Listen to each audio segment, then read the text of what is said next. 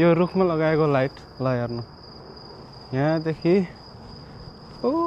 उतासम्म छ अनि पछाडि पनि उतैसम्म छ। यो रुखमा लगाएको लाइट राम्रो मात्रै होइन एकदमै फाइदा पनि छ, रमाइलो पनि।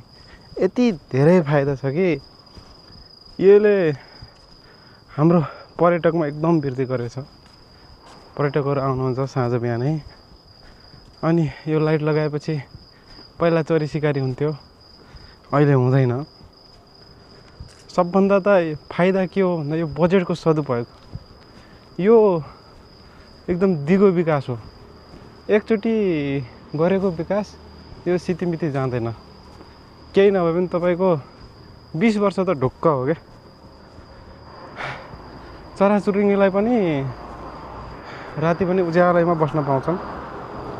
विद्युतीय पनि सदुपयोग राम्रै भएछ। यो गराउँदाखेरि श्रमिकलाई श्रमको व्यवस्था।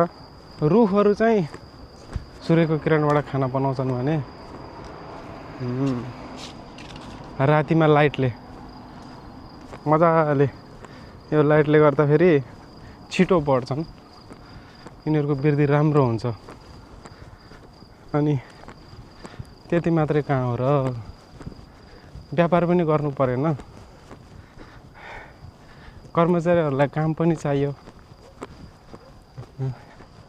कति छन् कति फाइदा त तपाईँहरूलाई कस्तो लाग्छ?